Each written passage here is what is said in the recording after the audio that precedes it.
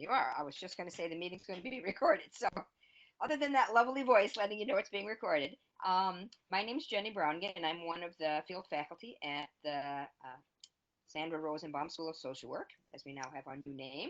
And we're here today to continue our different discussions that we've had that are focus on action, voices from the field. Welcome to everybody. I know some of you have been on other times as well. Some of you, this might be your first time participating.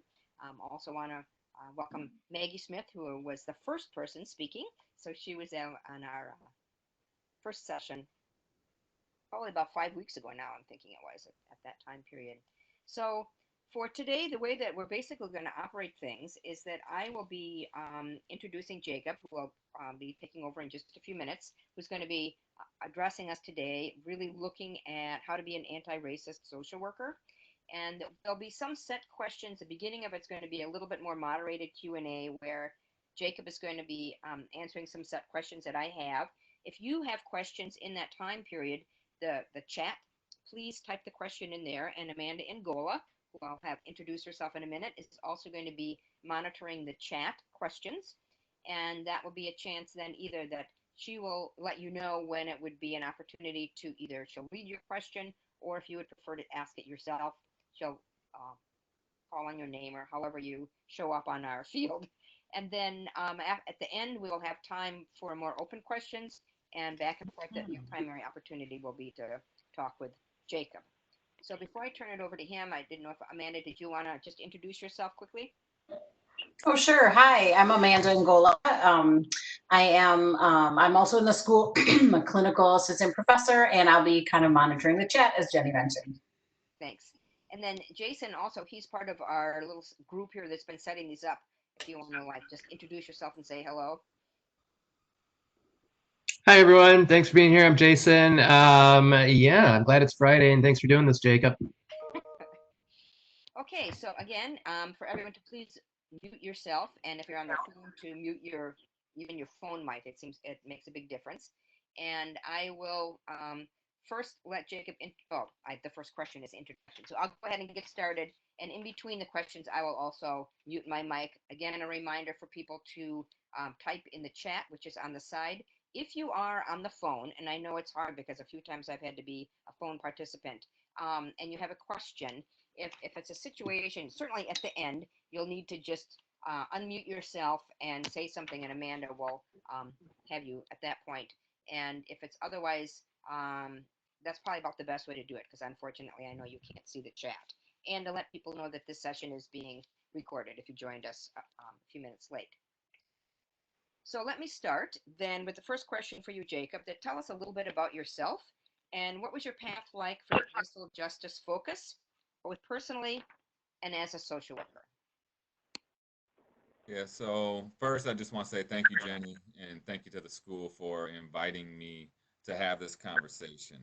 And before I get started, just to the audience, know that I'm not an expert. No, I am, as you can see, a white, privileged, cisgendered, heterosexual male, and I'm talking based on my experiences, nonetheless. And so to get into my journey started as a child. I grew up in the 80s, and so the age of hip hop was coming out, and I learned from these artists, and I learned of quote unquote the other America, the America that was not being told on the evening news. And a part of that also was learning about culture, learning about Black culture specifically, as I grew up in white homogenous La Crosse, Wisconsin. Um, and everybody has a story, and it's recognizing your story and where it starts. And I just want to say the first time I was exposed to racism was every summer. My grandparents took me and my sister up until about 12, 13 years old to Wisconsin Dells. And there was a time when we didn't get our typical motel and we had to go to a different motel. And my grandfather, after seeing this other motel filled with Black folks, he used a racial epithet. And so that was critical in my journey, and I think as we move towards our anti-racist journey, right, we have to recognize when these things start, when we're first exposed. And so for me, that was the first time I was exposed to racism. However, I was young. My mind is that of a child. I'm learning from hip hop. I'm learning from other sources. 1989, I'm learning from Spike Lee, Do the Right Thing, which then allows me to do my own research on Malcolm X, and I read the autobiography of Malcolm X by Alex Haley, exposing myself, and then finding myself I grew up in a predominantly Lutheran household, going to a Lutheran school, very white, um, leaving that school, going to public school, and being exposed and making friends of the young population. So learning not just, parachuting into a school and having these friends and then going back to my neighborhood, but going to the homes, learning a little bit about the families and how the culture is, and then moving on to high school. Due to gentrification in Chicago and the projects being torn down, families were migrating to La Crosse, to Madison, to Milwaukee, to Minneapolis, and so my school became a little bit more diverse in student population, not necessarily in staff, and learning from my peers, being around them. Um, and when I say learning, a lot of times my peers, they would come from different parts of the city, different parts of Chicago, and the first thing they would ask each other is, where are you from? And so I think about this, and I say this a lot in presentations and such. The thing that stuck out was, when one of my friends at the time said they were from the Ida B. Wells projects. And what stuck was, okay, this is a project, a housing project named after somebody. So I would skip class and go and learn about Ida B. Wells, where then I learned about W.B. Du Bois, and I learned about Frederick Douglass, Booker T. Washington, and all these Black laureates. And so I was framing my identity different, right? Different from typical white individual. I wasn't doing the right thing by skipping class, but instead of learning about Shakespeare, I was learning about W.B. Which allowed me to have this view, this social justice lens, anti-racist lens. I was feeding that, you know, without, I don't know if I was doing it intentionally, right? But, it started when I was young, and then I'm 22 now, a single parent of my daughter, a biracial child. I have to understand my own identity as a white father to my biracial daughter, who is, going to be identified as Black, and she now about to be 20, identifies as Black. And so making sure I keep Black women around her so she understands her identity. Um, and I think that's the importance, and that's, been my journey to social work, right? It's been an anti-racist journey. It's been a social justice journey, and I chose social work because of our ethical principles, because of our code of ethics. I did my research before I, applied to the UW-Madison School of Social Work, um, because I wanted to make sure my values fit profession, and it did. And so my journey's been different than a typical individual, but it's been one of knowledge building, and it's been one of immersing myself in the community. And I think that's what we have to look at, right? As we're growing in our journeys towards anti-racist practices or racial just practices or equitable practices, we have to not only, you know, learn and read books, but we have to actively connect with our community. And, you know, if we don't do that, we're going to do more good. So me, that's been kind of my journey towards this work that I'm now doing. Well, thanks, Jacob. And one quick note, I know you and I talked beforehand that you were concerned your microphone might fade in and out a little bit. It seems to some, so you need to maybe talk a little louder, as if you're talking to me, and normally you have to talk loud to me anyway. I'm gonna move. I'm gonna move it closer. Okay. Talk up a little bit. All right, there you go. Talk with my chest. Okay, good. Thank you. So if we're moving on to the next question, then it has to do with how do you practice social work through an anti-racist lens? And I know you had at least had mentioned in the four main areas that you were wanting to address had to do with love, protect, destroy, and build. So maybe you can talk a little bit more about that for us. Yeah, and so I take those, just a note, I take those from Dr. Bettina Love. And so she does a lot of work around anti-racist abolitionist teaching. And so since I've been in education for the last 4.5 years, you know, I gravitate towards some of the work in education. And Dr. Bettina Love talks about love, protect, destroy, and build as we do abolitionist work. And so anti-racist lens, we have to love all our Black, Latinx children, families. You have to love in order to do this work, and you have to protect.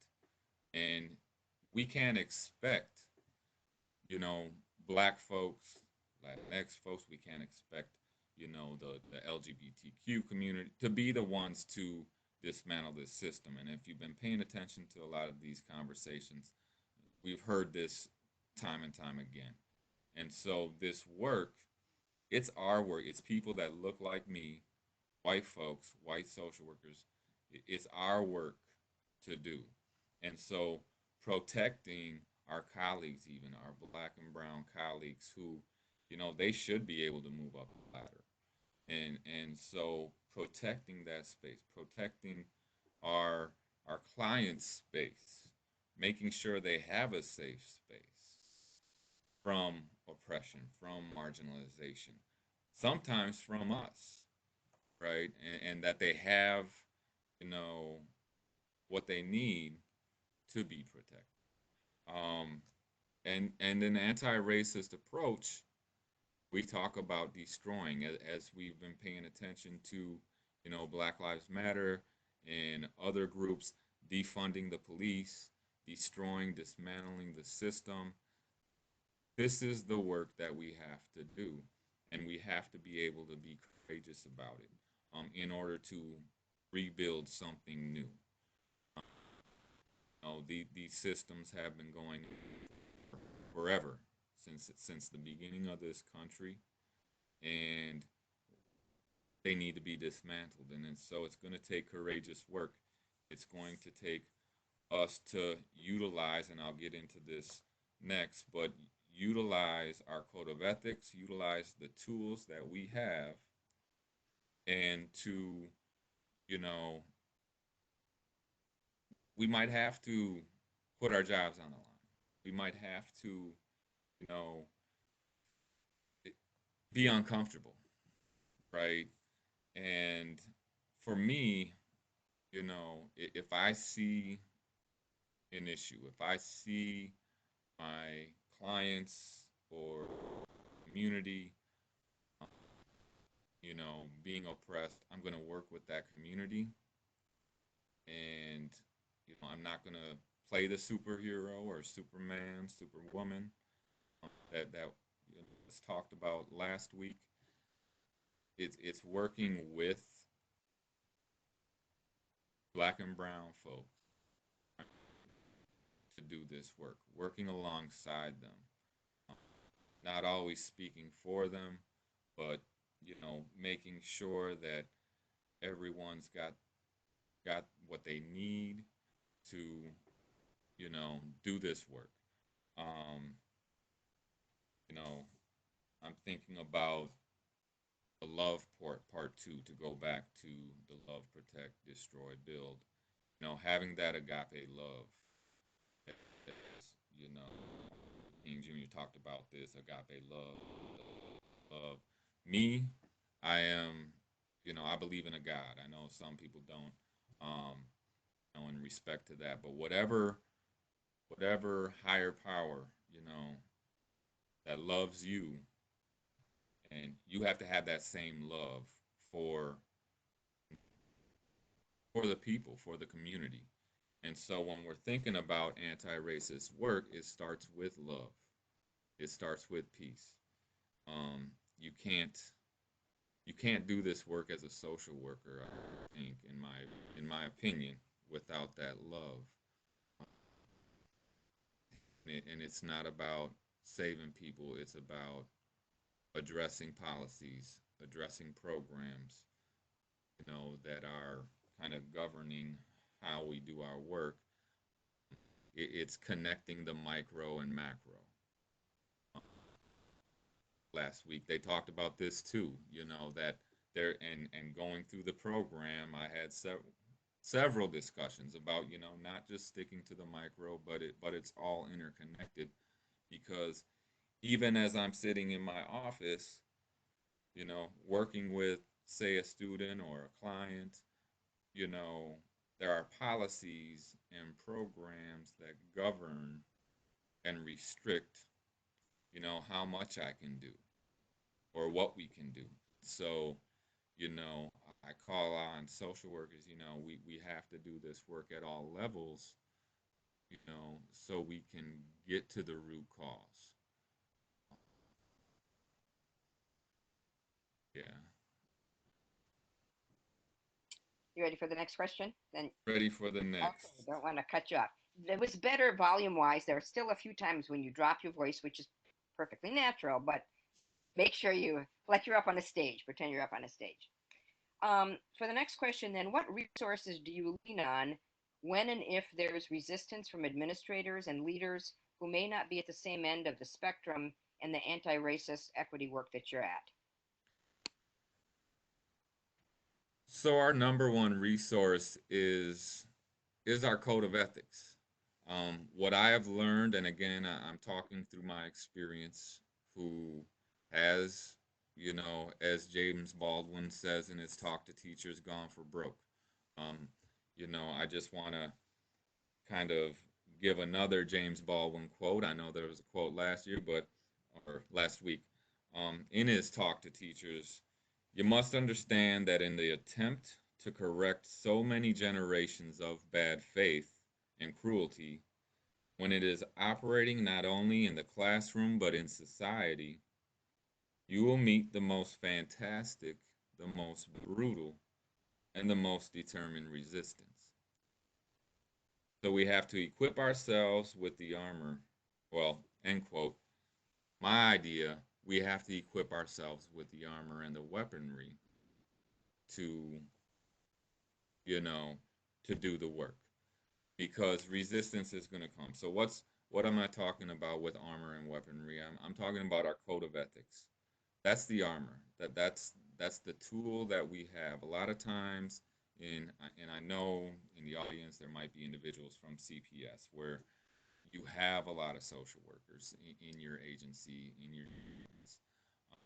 For those of us who have worked in education, sometimes it's just one of us in a building. You're lucky if you have two. You might have one meeting a month where you're getting together. So it's very isolating. And so when we are, advocating, and there's pushback, a lot of times individuals don't know our work. And so utilizing our code of ethics to educate, I've had people, leadership, say that, no, this isn't your job. Stick to the job description, right? A job description that hasn't been revised since 1996 probably wasn't written by a social worker, right? And so it's presenting our code of ethics and all that's in it, and helping them understand this is our role, this is our job, this is what we're mandated to do. And as a certified advanced practice social worker or a licensed clinical social worker, and anybody who has, the certification, licensure, and use that title of social worker, our code of ethics, we're bound to that. And this is how we work. And if there are still issues, you know, we have we have other agencies. I talk about the Equal Employment Opportunity Commission, Title VII of the Civil Rights Act of 64, and the Office of Civil Rights. We have protections, and I know sometimes for especially for my white social work counterparts, sometimes, and our Black and Latinx social workers, sometimes we don't feel like we have those protections, right? And I know I'm saying this of privilege again when I'm having these discussions with leaders who may retaliate or may um, give off tension. I'm still a white male, right? And so I acknowledge that privilege piece. But when they see that you know your protections, when you know your protections, this work comes a lot easier. Hopefully the fears lessen, and that's why I have these discussions, and a primary goal of this conversation, I think, is to eliminate the fear of that retaliation. We have a voice. We have our protections. You have community groups, national groups, the NAACP, the Urban League, who you can connect with. Again, if we are working in partnership with our community, with our constituents, we are just an added layer. We don't have to necessarily be the ones to do it all. And so if you're working with a community group who has capital, who might go to the next phase and address some of the same issues, it's good to have individuals on all fronts, from the inside and the outside, but sometimes you have to make a decision whether or not, okay, there's a community that's ready to address some of these issues. I can tap out and move on to something next, and be okay with that. But the main thing is, realizing that we have these protections in place. And I don't know if I said it clearly enough, but you know, we have to stick to our mandate. We have to stick to our code of ethics. And it's okay to do work, to go out and protest. Yes, do that. Put that work in. It's okay to sign petitions. Yes, do that work. Write letters to your legislators. But when I'm talking about anti-racist social work practice, that's how we do this work in our workplace. If we call ourselves social workers, we have to do this work within our workplace, because the race to equity report showed in all sectors, and all these sectors are where social workers are, right? The negative, traumatic, terrorizing outcomes Black and Latinx folks are facing. And so if we're in these systems, we're in these sectors, we have to do this work. But no, we have protections. Okay, thanks. And I know you also sent out, and it's on our link, about other kinds of resources that you're suggesting that people read about in general, about not only how to support yourself as a social worker, but in anti-racist work. Um, so if you could talk a little bit and tie in, because some people, they might have heard the word anti-racist, but a little bit more about what does that mean? How does somebody do something that would be anti-racist? How is that different than just being a bystander or looking at it? And then how you've connected with some other people, that other social workers in the area or other people that you know that help support these efforts. Yeah, so my view, and I take from Ibram X. Kendi's book for the most part, but it's been kind of how I've seen anti-racist social work practice throughout my experience as a social worker. Right? You're either anti-racist or you're racist. And sometimes we flow in between those spectrums, right? But there is no I'm not racist. And so racists protect policies, procedures that oppress folks, that are an injustice to folks. And complacency does that, right? Not acting is a part of racism because racism or anti-racism requires action. Complacency is an act, it's a choice. Anti-racism, on the other hand, we're looking at, you know, addressing policies, creating policies that that are equitable, that empower individuals, families, communities. And when I say policies, I mean policies, programs, procedures, how we work, right? It's not just the macro idea of policy. Um, and so it is, you're either racist or anti-racist. Um, and so doing this work, that's what it is. Um, and I think, for me, it's one, educating myself.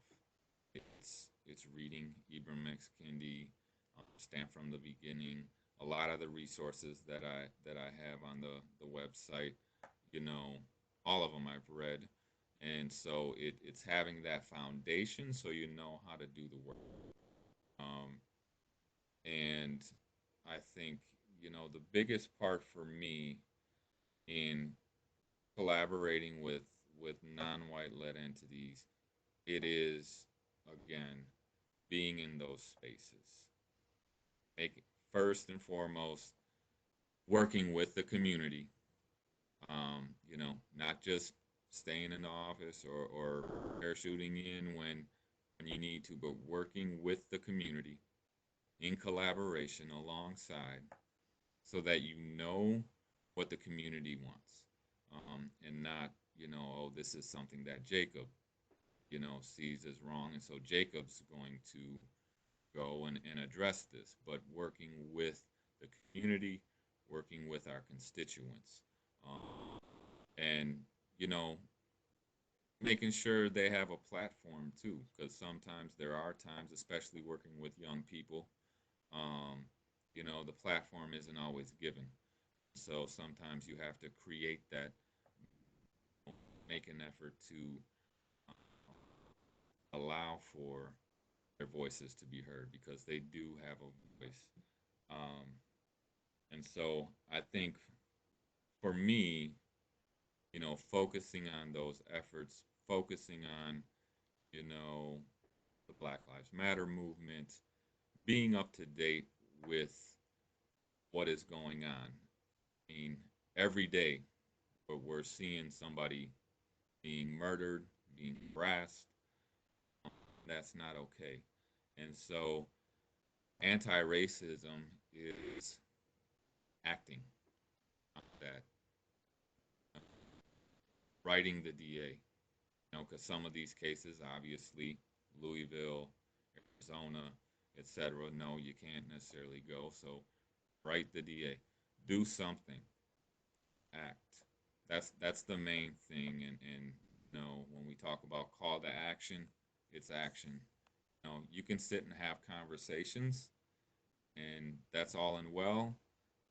Do what you have to do to get to that space, but also act, act on, act in an anti-racist way so that we can eliminate some of this. And so, yeah, we don't have to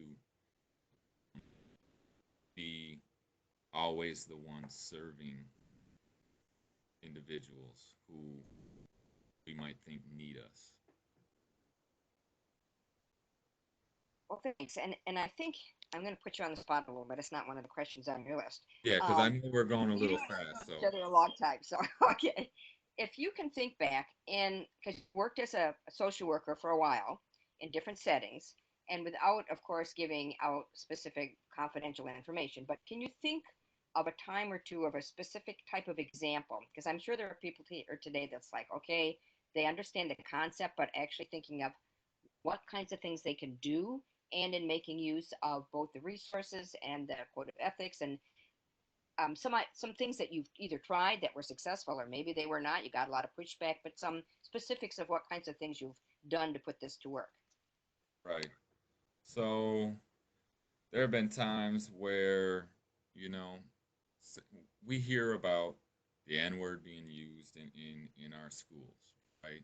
And so the first thing you try to do, say it's a colleague, you're trying to call people in, but at the same time, if they're not listening, it's time to call folks out, and that can build tension. And so I've had I've had to file discrimination and harassment claims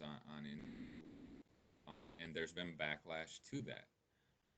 And when I'm sitting in front of leadership, a lot of times they're thinking, oh, this individual probably doesn't know their protections, and sometimes I don't think they know protections, depending on their background.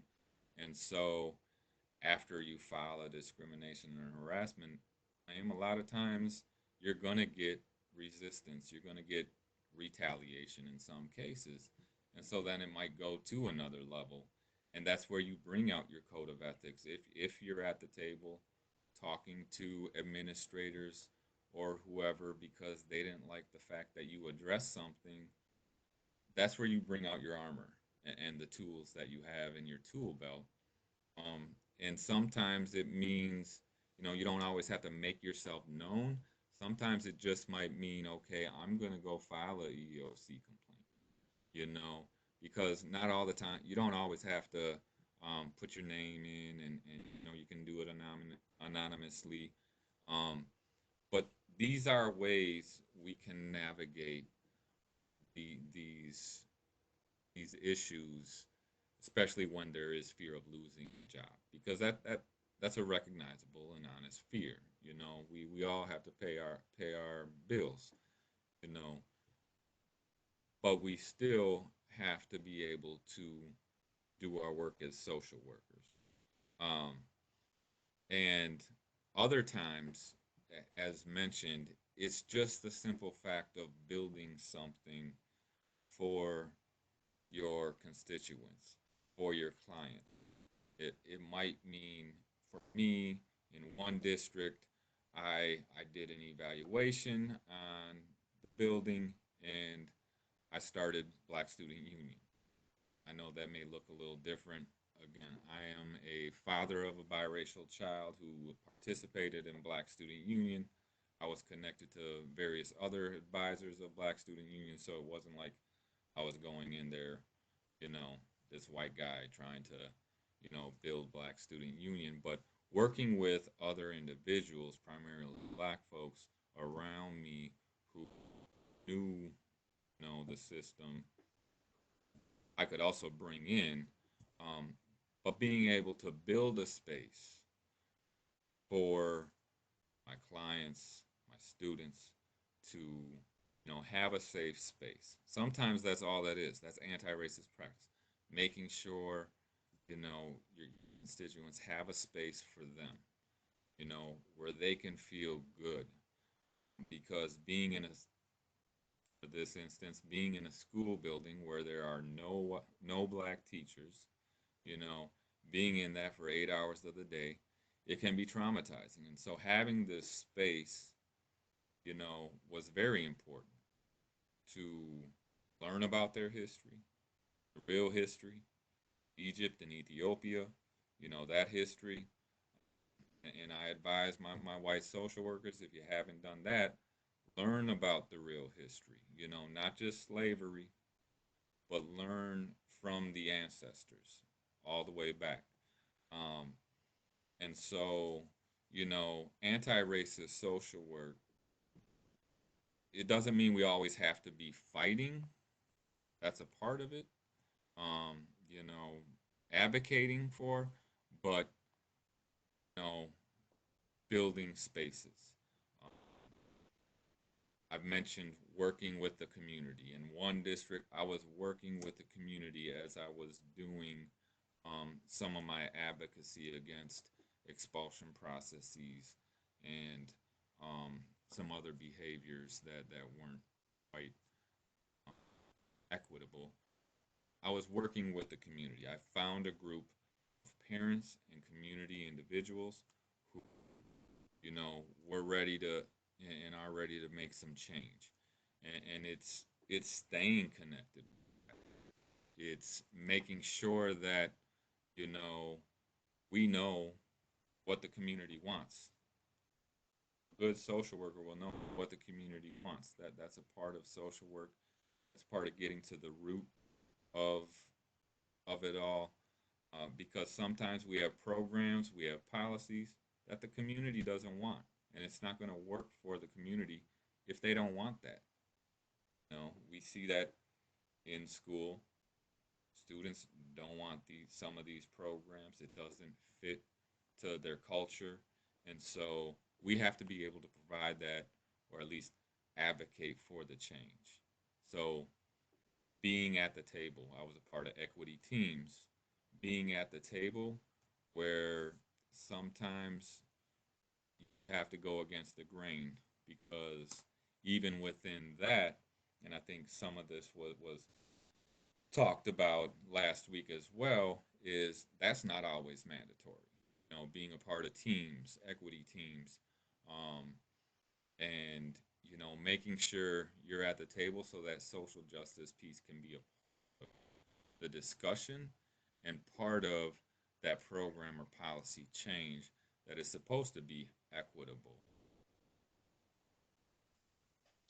Okay, thanks. And I know it's something that we have to be keeping current and being aware that we can be wrong and we need to sometimes do something very different than we originally thought. And as we learn, as you said, and talk with people.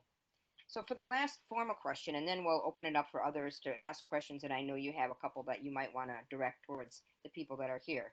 Um, but what is the most marked moment for you during the current fight for Black liberation and the Black Lives Matter movement that's going to propel you and keep your fire going towards more systemic changes that we have that we need to do in our area, our city, nation, and overall in the world? Yeah, so there's a few things. I mean, you know, today in the age of cell phones, as I mentioned, and social media and video, we see it every day. And so not becoming numb to it.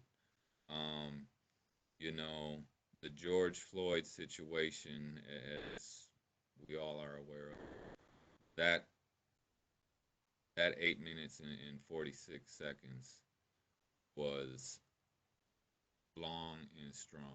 And I say strong because it hit. And nobody had sports, nobody had all these other things to, you know, to be able to be distracted by, right? You had to sit with that.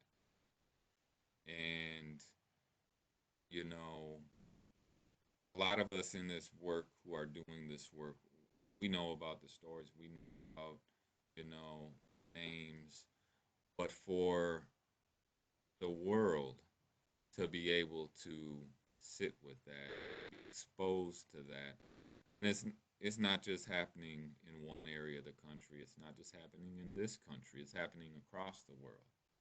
Um, you know, that which then created a lot of I don't I don't know if I want to call them woke, but you know, a lot of white folks coming out of the woodworks, right?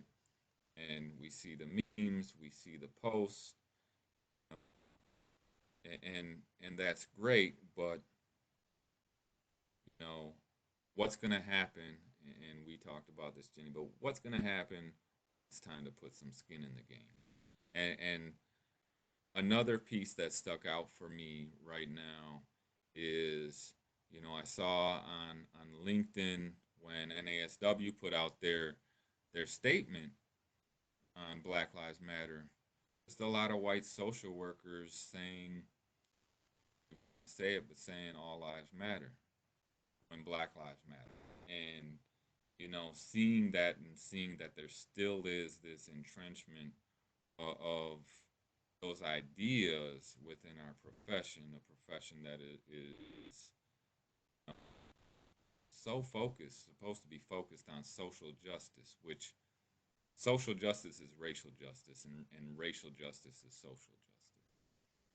And so to not be able to understand, you know, why we say Black Lives Matter, because there's a disproportionate number of primarily black folks being slaughtered in this country by the state. Not seeing white folks being slaughtered by the state. Not saying white folks don't matter. We're not saying nobody else doesn't matter, but right now, Black Lives Matter. And so those two things really stuck out to me, and have been memorable because one, it's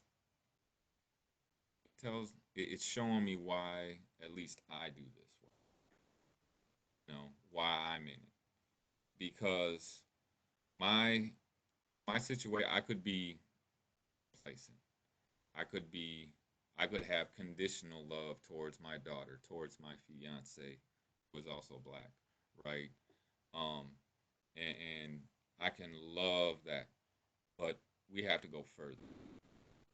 As a human being, you know, to see another human being treated this way, I should say human beings, um, you know, that's it's appalling, and it is energizing to why I do this work. You know, um, I think Bethany Matson said last week, you know, she's tired of hearing white folks say they're tired. No, this energizes me. So I ask, and this is a call to my other white social workers. This should be energizing to do this work because our brothers and sisters are being harmed and they're being terrorized. It's been like this since the beginning. And I have to say, if you call yourself a social worker, you'll dig in, put your boots on, and you'll do this work. But learn, and I know this has been fairly quick, and you can't learn in just an hour and 15 minutes, but do the work. And we don't expect you to know everything. I certainly don't know everything, and that's why it's important to work with, um, you know, Black and Latinx folks. Working with, I go to a Black church, Christ Solid Rock, and it's, you know, making sure I'm listening to my brothers and sisters, making sure I'm going into spaces, um, you know, where I can listen to folks and the struggle, because everyone's struggle isn't the same. You know, what I could sit and talk to my fiance or daughter and fiance's daughter and listen to their struggle, but that's not everybody's struggle. It's not the same. And so, you know, we have to be able to make ourselves uncomfortable sometimes and go into spaces, go into, you know, communities and listen. When there's community events, go to them, listen. It doesn't mean you have to talk, you know, if it's not chanting time, you don't have to talk. You can just listen, to understand. But the next step is the doing. It's time for doing. It's not time to sit.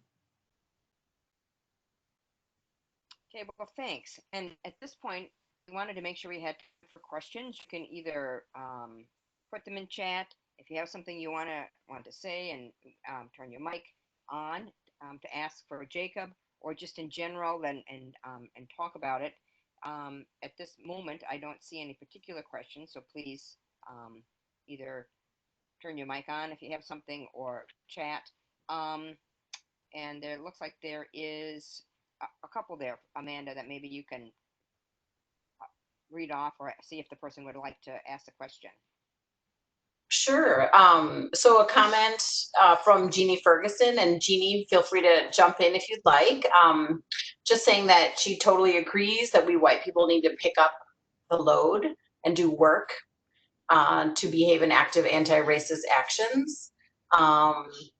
She wants to do that without inadvertently speaking over, replacing, or silencing the voices of Black and Brown colleagues. So her tendency might be to say, what will feel like help or support to you in this particular committee or what have you. Does this strategy make sense to act as an actively anti-racist social worker? That's the question. So, in my experience, you're spot on. We don't talk over. We don't talk for. We do talk with. A lot of times I've been at the table where there are no individuals of color, no Black folks, no Latinx folks, at the table. And so there does need to be a voice there to hold the system accountable to address the things that some folks aren't seeing, right? And so, I think in order to change anything, there needs to be some voice. Again, if you are working in conjunction with a community, with a collective, you know, I think you're gonna understand, the goals, and how to address it when you're in the boardroom, when you're at the table. Again, it's not talking for, but identifying something as racist, identifying outcomes as racist, coming up with solutions, I think that's just, good social work, and anti-racist social work. It isn't about talking for, or talking, you know, about suppressing anybody's voice, because yes, it is important to make sure all voices are heard. Does that make sense? Are there follow-up questions to that? Yeah, and I know that there are some other ones as well, and also, to as we're wanting to make sure we have time for questions, we'll try to thinking of responses to be uh, probably a little bit briefer if you can be. A little Gotcha. feedback, just like making sure we can do that. I know you and I are talkers, and I understand that. I know. So I'll have Amanda ask the next question, and we'll see what they would say. Thanks. Okay, great. So we do have another question. What would you suggest as best practice to learn from or survey our families of color to ask if they feel safe, and what would create safety, and ask about their experience? This person's wanting to be mindful of not just asking rather than learning herself, but looking for more strategies. Hmm. Yeah. So, I mean, surveys are okay, but again, I like to go and sit with folks. That's how I learn the most. That's how I build the relationships. Um, and social work comes from that home visiting strategy, and I don't think of it as a strategy. I think of it, that's who I am. It's just natural for me to go to um, my clients, but community folks' homes, or if they prefer other places, that's cool. But being in their space where they feel comfortable, and just learning from them. You can ask questions, but a lot of times, if you're in the space, you know, they're gonna talk, and you about the cultural experiences, you learn about the family experiences. And hopefully you can start to begin to understand the things that maybe you'd want from a survey. Um, Again, I've never surveyed families. I've used more, you know, other methods to get information. And sometimes it's working with parent, family member who then can connect with the community, connect with, you know, that specific population that you're thinking about surveying, who can do the work too.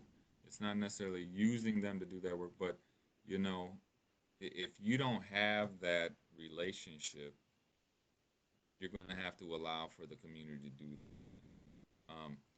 But the important piece is you're going to build that relationship if you're going to them. Um, in my experience, again, this is just my experience. Um, I can't speak on surveys. You know, that's my survey is going into spaces.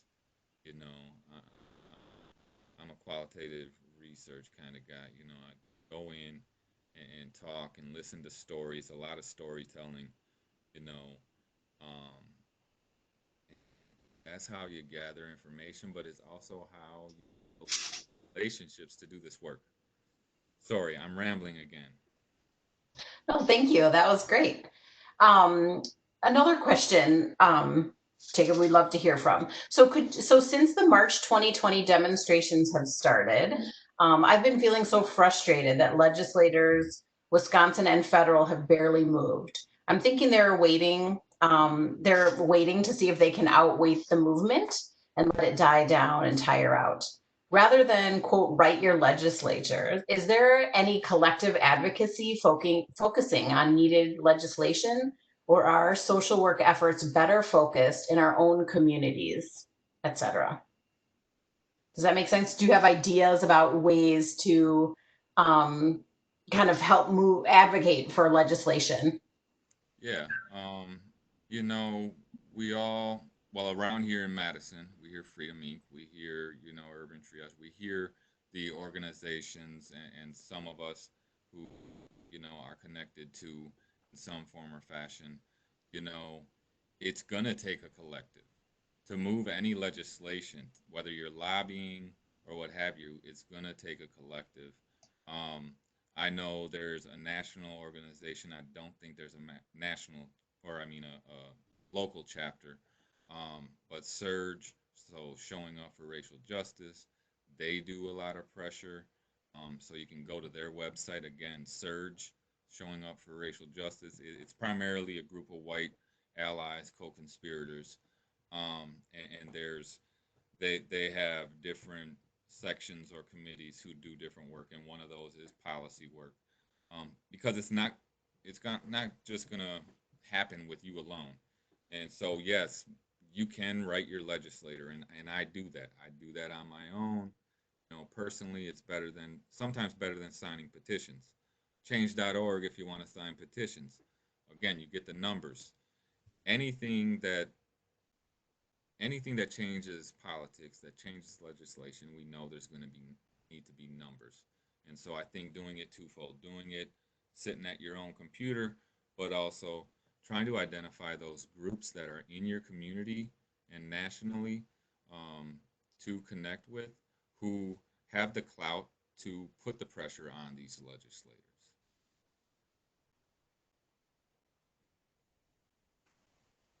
Yeah, thanks, Amanda, for putting up the website. You found it really fast. I know there's a couple questions, Jacob, too, you wanted both to address as well as ask people about. Do you have those in front of you? Yeah. Okay, do you want to start with that first one, and then we can see if other Yeah. people have answers to them as well? So one of my first questions is, why does racism still exist in our systems when we are a part of those systems?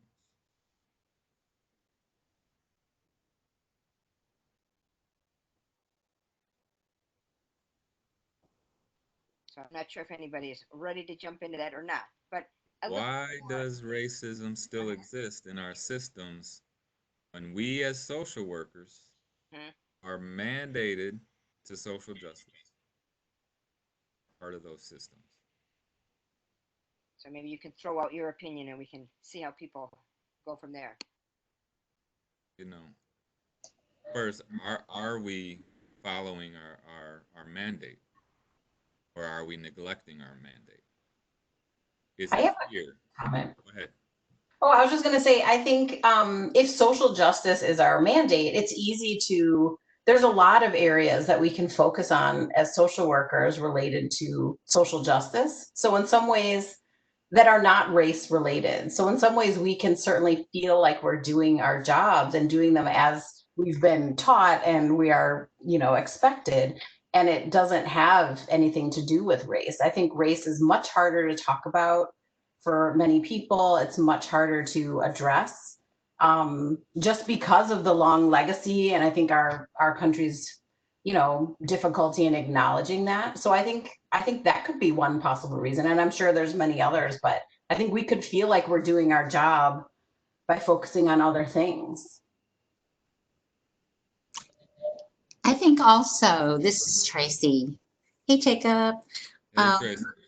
I think also that the social work profession, for the most part, is a very white profession. And just because we're social workers doesn't mean that we've really reflected deeply on our power and our privilege. I think about white saviorism. I think that for racism, for us to really dismantle systemic racism, it's about white people being willing to give up power and privilege. And I think as social workers, we can't just say, well, we chose this field, so we're immune. We're immune. We know about our power and privilege, and we're already willing to share. I think it really requires us to think deeply and be willing to be uncomfortable and be willing to lose a job for it, to be willing, there's a lot that we would have to give up. And I'm not saying that I'm a person who's done all of that. I'm just saying I think that we all have to grapple with that. I'm 66 years old and I'm still grappling with that.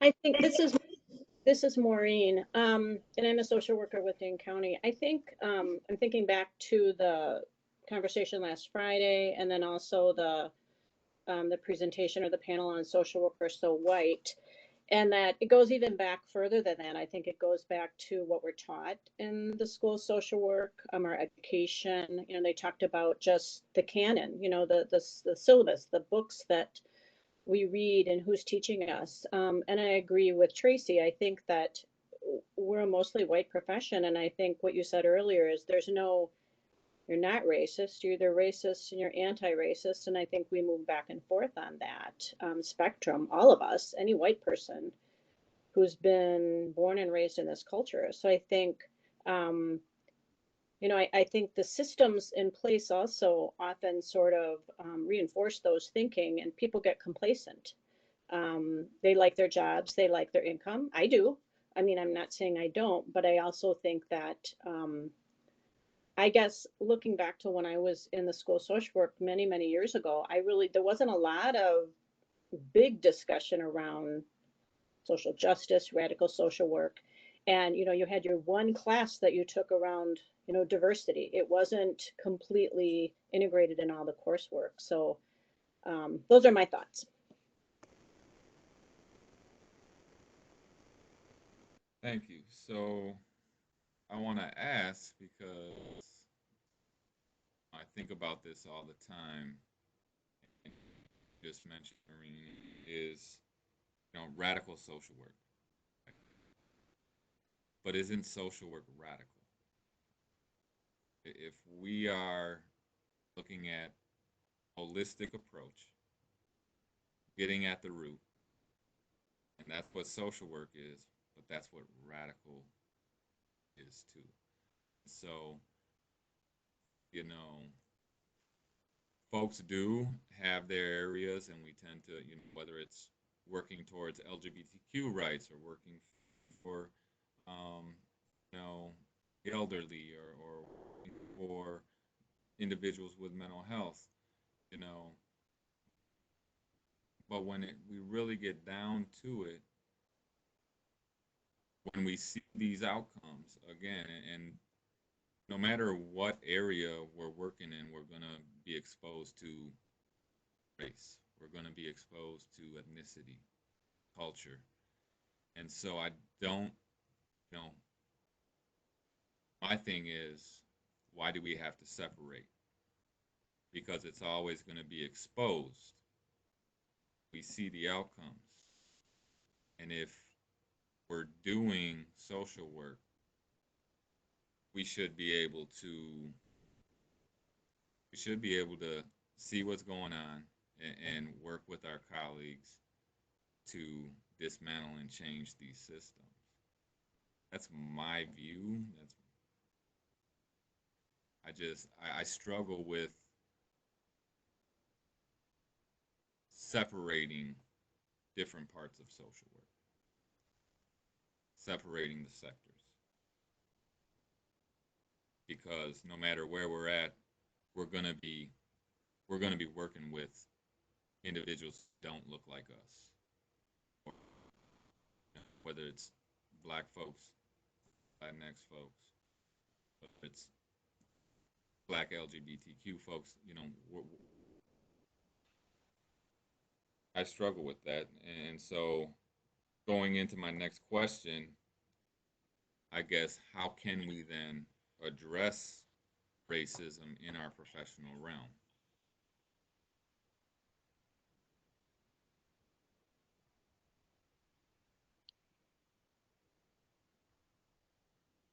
I need to repeat that again. Your voice is dropping off a little bit again, Jacob.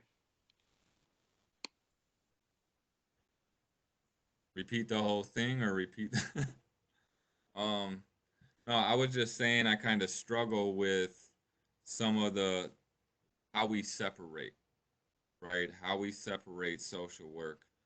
Some folks are focused on aging and geriatrics and mental health, or the LGBTQ movement and struggles that population faces. But no matter what, we're always going to be exposed to race, culture, ethnicity, and so how do we then realign and refocus so that we can address racism in our professional realm?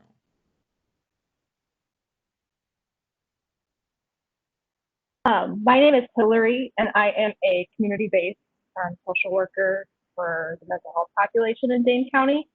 And I posted in here a few minutes ago that, like, I see social work education as turning into more of an avenue towards therapy rather than those true values of social work and working on social justice and racial justice.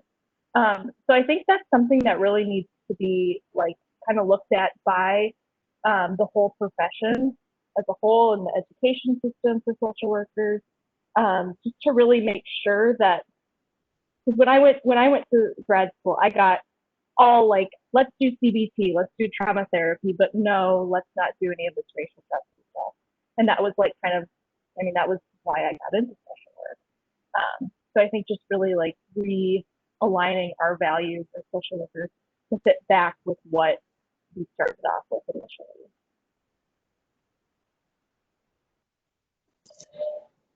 This is Tracy. So I also would say that, the history of social work, if we look at the history, we have not been good about working with other cultures. I think about the settlement houses. We teach about Jane Addams. We don't teach about the Black settlement houses. We don't talk about how the white settlement houses, worked separately from the Black settlement houses.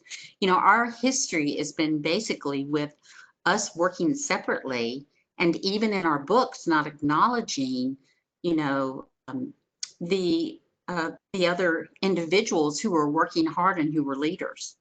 I think that we did start with the idea of social justice, although white was separated, white social workers. And then we kind of got to a point where we wanted to be more respected, and we moved more toward psychotherapy. And, there's kind of a historical trend there. But I'm not sure. I hear people say, well, we lost our way, but I'm not sure. I think if we're really honest and we look back at our history, I don't know that we lost our way. I think that our profession came about at a time that mirrored very much the systems at that time. So anyway, just my thought. Yeah, I like that because, you know, we think about how our systems are fixed, right? They were created to do what it's doing, and the same thing for social work, you know. And as we talk about what we learn in grad school and in higher education, you know, when I talk about anti-racist social work, when I did the workshop at the conference earlier this year, you know, one of my surveys that I put out for participants were how much of your graduate learning dealt with racial justice, and it was like 5-10%. That's if that, for most of the participants. And so recognizing that at the higher ed level, you know, there is more work to do, especially around the history of social work and beginning to acknowledge the whole history.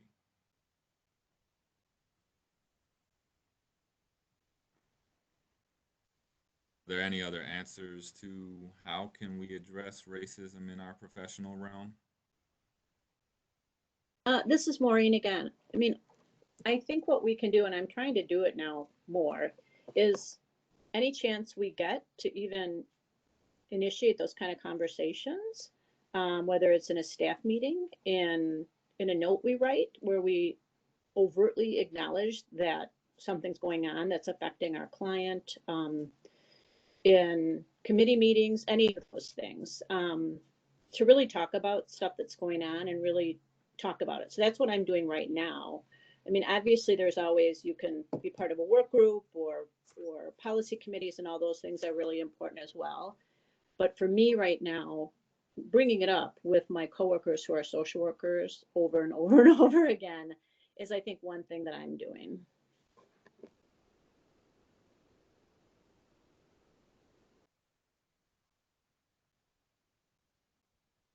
Anybody else?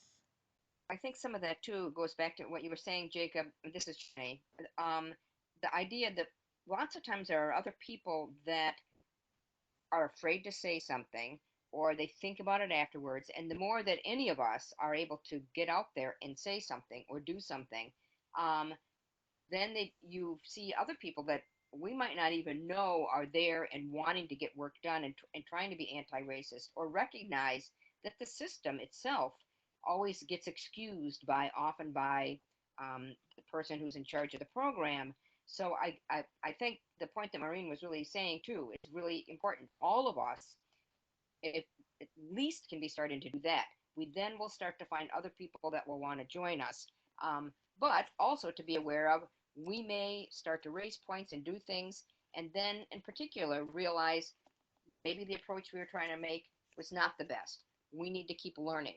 We need to, as you were saying, Jacob, really listen to the voices of the people that we are working with. We all know, as social workers, you have a whole team of people that are sitting down talking about a client, and the client is not even there.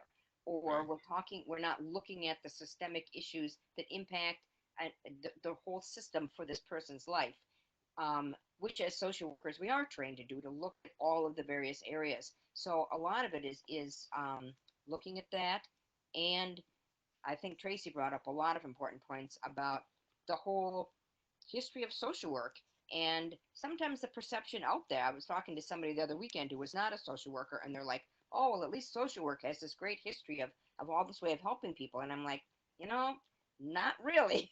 You need to look at, why was this set up, or the way we went to help people in all kinds of these settings, you know, in the way that being where you're, if you were an orphan, or the way you were needing to be adopted, or in a foster home, or in different cultures being seen as not legitimate and being placed out with other people. There's all kinds of things like that that not only historically we need to recognize and change, but look at the structure of our systems now are built on that. And to really what Tracy was talking about, all of these things, so we can start to dismantle, really look at, not just let's change this one policy. So I think that's a real challenge for all of us, depending on what our setting is, but as social workers, to see really what can we dismantle. It's not just these other systems as we step back and say, ours is all fine.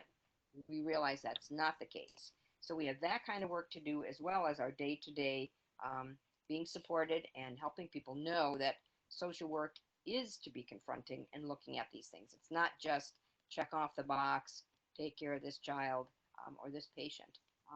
Well, we're wrapping up. It's basically, we're almost done with our time.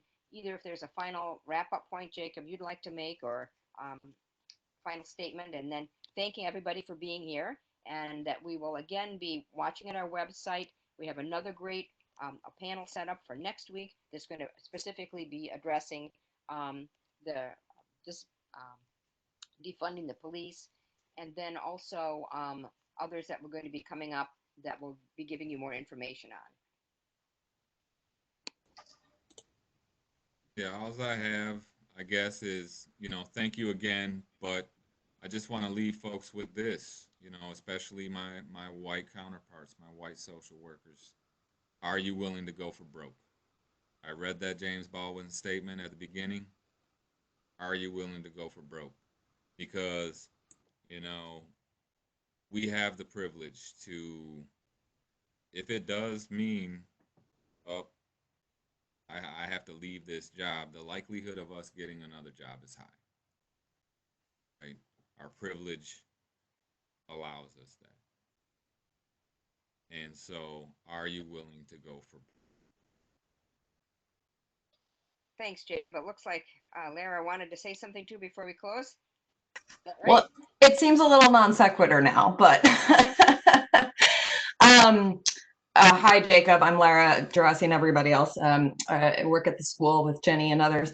And so, thanks for this. This is the first one of the series that I've been able to join. And so I just wanted to, thank you all and for putting this series on. One of the things that I was thinking about and that I have been thinking about is, so a lot of the resources that are coming out, particularly for white people, and of course we could think about white social workers too, are similar to some of the resource list that you sent, which has a number of really great resources. And one of the things that I'm thinking about a lot, two things. One is there was a great op-ed, and I wish I remember who wrote it off the top of my head, but the title is something like, "When Black people are in pain, white people start book clubs." And so I teach at the school, I'm a researcher. So as someone who really values research and reading and teaching, really thinking critically about what my role is and what for others of us who access privilege, what is the role of reading, of educating ourselves, and then how can we take stock of all of our actions, of which reading and educating and all of that is a part, and also thinking about what else is in that portfolio, or what are the other actions that we take beyond reading and educating ourselves, which is important, but sometimes is what we default to and cannot, and that's not enough. So that was one thing I was thinking about. And then the other thing I was thinking about is within the role of reading and what we read, thinking a lot about, what is the purpose of someone like Robin DiAngelo, who writes White Fragility, and Tim Wise, who writes a lot about white privilege as both white people. And, how many people are more familiar with their work versus some of the other, resources that you have on that list, How to Be an Anti-Racist, How to Talk About Race, who are all written by Black and other, there's other authors as well. And so, one of the things that I think is our duty in social work as, in this profession is, I think we do need to be reading. I do think we do need to be educating ourselves, but I think we also need to be really critically assessing whose voice and what the criticisms are of the people we are reading. And so, for example, Vidalia Nicola Richards writes, who has Race Talk, which is an LLC that you can look up, and I'll put that in the comments. She writes a very long and very thoughtful perspective on Robin DiAngelo's book. And I think that it's things like that, and she identifies as Black. And so I think, it's things like that of really thinking about how are we educating ourselves in the sort of spirit of, the pieces where we are needing to educate ourselves, but then really taking stock of what are the other actions that we're taking in our profession and in our personnel and I'm a parent, raising kids and all of that sort of stuff. And also within this realm of things we are reading, what is the identity of those authors and what are sort of the criticisms of the different works that we need to be thinking about, particularly when there are white authors involved. So sorry, a little non sequitur from your last point, but that was what I was thinking about as we were talking today. Well, thanks. I think that's very, very true. And it really, I think, ties in a lot with what Jacob was mentioning earlier about being in the spaces with people, not just saying, reading one thing and thinking that stands for everybody or represents. Get ourselves in situations that we're not familiar with, and depending on of all kinds of things. The more, if we're feeling comfortable, we're not doing the work, and I think that's part of it is really realizing that.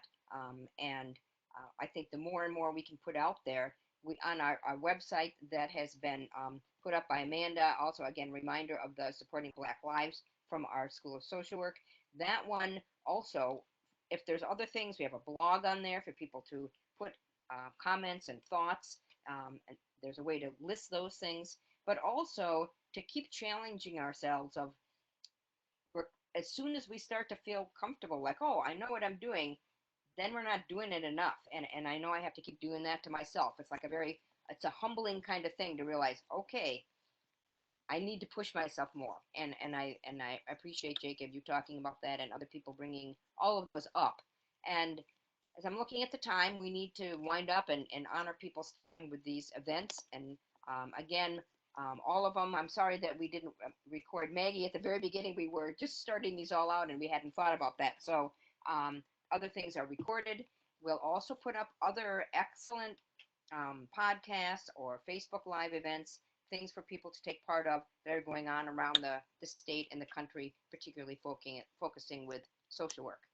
So thank you very much, everyone, and look forward to connecting with most of you or a lot of you or all of you in the next few weeks. Thanks a lot. Thank you. Thanks.